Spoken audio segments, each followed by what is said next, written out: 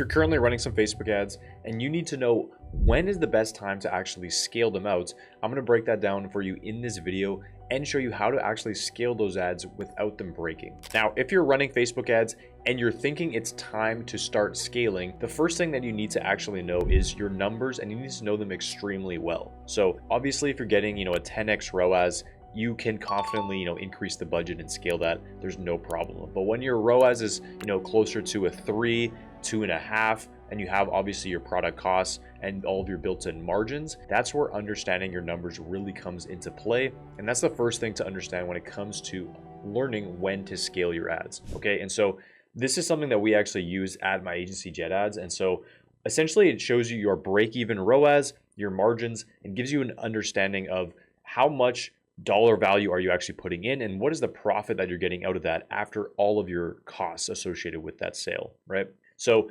if you plug in your average order value right here, and then you have your cost of goods sold, your percentage to have overall your amount of cost of goods sold, right? And then you have your total ad spend, your payment processor fees, also your shipping fees. That should give you an idea of your landed cost, which would then output your break-even cost per acquisition and your break-even ROAS. And so if you have an idea of that, a really simple way to calculate it is just to input a simple profit equation, right? And so if you have a, let's say 50% margin on everything that you sell, your break-even ROAS is going to be a 2, right? And so you can literally just go to something like this, a break-even ROAS calculator. The calculation is super simple. It's just your profit percentage divided by 1. So if you have a 50% profit percentage, divide that by 1, that would give you a 2. So your break-even ROAS in that case would be 2. Or if it's like 0.8, however the math breaks down. So if you have an 80% profit margin, your break-even ROAS would then be a 1.5. But you can easily look up a break-even ROAS calculator like this, right? So you can easily put in your numbers into something like this. If you have a $50 cost of good, $10 shipping, maybe like a $1 transaction fee or whatever, you can see your output for break-even ROAS right here.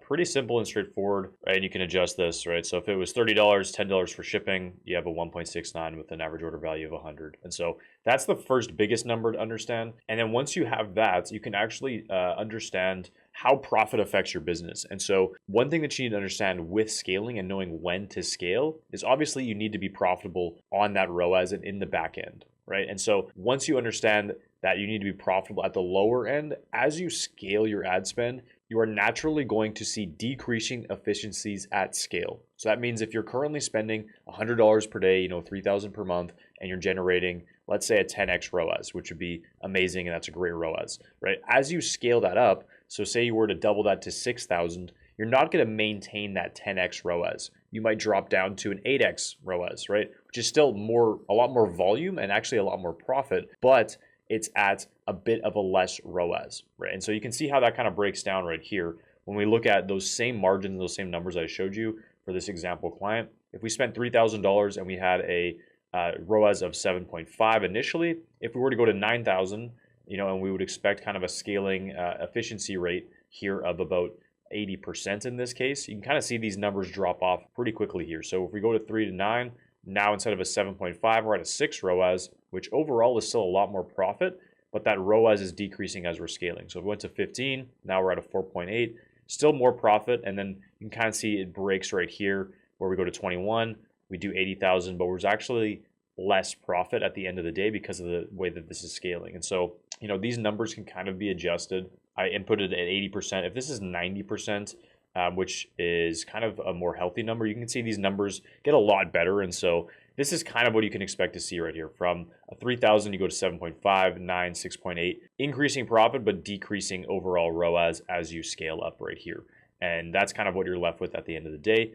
Fairly simple, fairly straightforward. So hopefully this is making sense to you and gives you an idea of what to expect when it comes to scaling and when it comes to, your profit margins and how good your ROAS is right now. So let's assume your ROAS is good. Let's say you're like this client right here. In the last 30 days, you've spent about $8,000 and you've generated $79,000 at a 10 ROAS. This is a client that we're currently working with. Obviously, that is very, very scalable. One thing you do want to be considerate of with ROAS, though, is if you're a bigger brand, Facebook is going to naturally steal some of the attribution that could be associated with just your general brand, and people actually already discovering you or buying from you regardless of seeing the ad. And so this ROAS will also decrease as you're going to colder and colder audiences, and you're getting less and less sales attributed to actual organic sales that you would have otherwise been getting. Kind of a tip there for bigger brands. But in this case, this is obviously very, very scalable, and we could push this up to see overall how much is increasing the ad spend affecting our bottom line revenue that we're generating, and at what rate should we continue to increase that such that we can maximize the profit. So in this case, obviously understanding that we have a good break-even ROAS right here, we can continue to scale this up. This is a really obvious case, but there's definitely cases that aren't quite so obvious. So if we look at this client, for example, they just started spending, and this is one of a client that I'm coaching actually. And so they've generated 8 sales at $40 per sale. And you can see here, if we go over to the left, overall, they are currently at a 2.42 ROAS, right? And this is probably where you're going to find yourself, is somewhere in this range where you're, above a 2 ROAS, you're not exceptional like a 10, right? But you're not horrible like at a 1. And so this is kind of that case where, you're probably going to be making some profit here, but it's not crazy to where you're thinking about really aggressively scaling this. And so in this case, the ROAS is still high enough because of their margins where they are profitable. I think they're closer to 1.8 kind of break-even ROAS, and so they are profitable, but they're not extremely profitable really where they could scale this really, really far, right? Unfortunately, if you have a lifetime value associated with your actual offer, then acquiring customers at break-even or even a loss might be really profitable for you, and you could scale that further. But if you're a brand that needs to be front-end profitable with your ads and having a high ROAS on the front end, then you need to push this ROAS up a lot higher in order to scale. And so in this case, they're currently spending about $75 per day. And we would recommend in this case going up to about $100 per day, up to $125. If this ROAS kind of maintains, that gives us more room to obviously scale up the revenue and also a bit more budget to test new ideas to get a new winning ad that can actually improve that ROAS further and allow us to continue scaling. So we're essentially pushing this budget up slightly because we are, again, slightly profitable with that ROAS to the point where we can just get more tests done, try to improve that ROAS further. If we do see the ROAS slide quite a bit and we're not profitable or we're at break even, we can continue to then throttle down that ad spend slowly to kind of get back to that sweet spot where we maximize the budget, the revenue that we're getting, and also the testing while not increasing our losses or being unprofitable, of course. And so when you're at that smaller range, I think it's always a case where you want to really push things up, push up the budget as long as you're profitable to try to maximize more volume, get more eyeballs, and test more ads to get more winners. And that same concept applies for breaking your ads. You never want to increase your ad spend too aggressively, too fast, because things, as I said here, when you're scaling, efficiency decreases. And when you do a really big increase, Facebook is essentially trying to use that budget to find a whole new audience, and your ROAS can really fall off a cliff for a long period of time. And so you want to scale just moderately. We recommend scaling by about 25%, even up towards a 50% if you're at a smaller budget like this. Like, this client started at $50 per day, and we recommended them to go ahead and increase that by 50% to 75. And then we're going to recommend them to go from 75 to 100, 100 to 125. So increases like that are not a problem at all. And then when you're at a lot larger spends, then you want to look at increasing by about 25, to 20% on a daily basis, letting Facebook optimize that, seeing if the ROAS is still consistent, and then you can increase by another 20% and continue to do that. So the increases aren't large and drastic, and that'll prevent your ad account from ever breaking and you running into problems. And lastly, if you still can't scale your ads, there might be a business problem and not necessarily an ad problem. And so in this case, you can see here, we're getting a really strong click-through rates. And so these ads are doing a really good job. If your click-through rate on your ads is like 0.5%, even 1%, it's not great. You can definitely improve the quality of your ads to drive cheaper cost per clicks, which is ultimately going to land in, cheaper add to carts. $8 is great. Cheaper cost per checkouts, cheaper cost for purchases.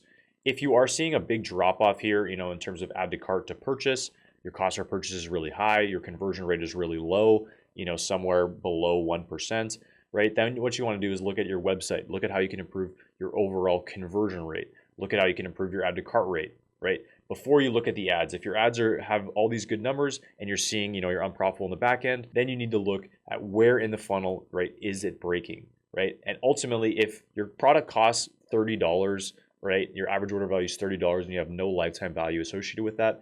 It is going to be very, very difficult to actually scale ads, right? You might need to look at how you can increase your average order value to make it have more sense. Like in this case, 42 cents is about as cheap as you're going to get, right? Or in range of what, the cheapest, cost per clicks that you're going to see for Facebook ads for a sales purchase driven campaign, right? And so it's hard to generate a profit, just with average conversion rates in the industry if your average order value is quite low. And so you might need to just restructure your business to make your business work better for ads, not trying to make ads work for your business, which means trying to have this checklist of things that you can make sure your business is set up for success with ads, which would be having a high average order value over $100 ideally, making sure your conversion rate is above a 1%, ideally closer to 2 or 3%. And if you have those two things in place and you get a good click-through rate with your ads and you have a good cost per click, around $1 or less, you're going to be profitable,